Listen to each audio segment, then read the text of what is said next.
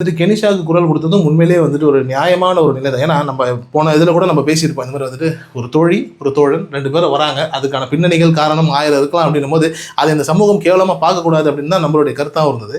அதை அவருமே ரொம்ப அழகாக பதிவு பண்ணி, எனக்கு ரொம்ப ரொம்ப சிக்கலான இக்கட்டான நிலையில் இருக்கும்போது ஒருத்தவங்க கைப்பிடிச்சு தூக்கி விடுறாங்க, அவங்களோட நான் உண்மையாக இருக்கிறேன், பழகிறேன், உங்களுக்கு என்ன சிக்கல்னு அவர் கேட்குற அந்த இடம் இருக்கு இல்லையா, உண்மையிலேயே அவர் கேட்கணும்.